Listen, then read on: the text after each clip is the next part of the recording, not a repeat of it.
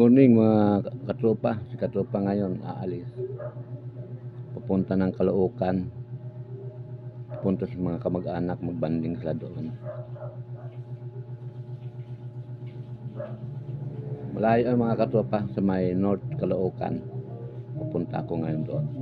Doon ako magbibideo. Magandang umaga sa lahat ng nanood kay katropa ngayon.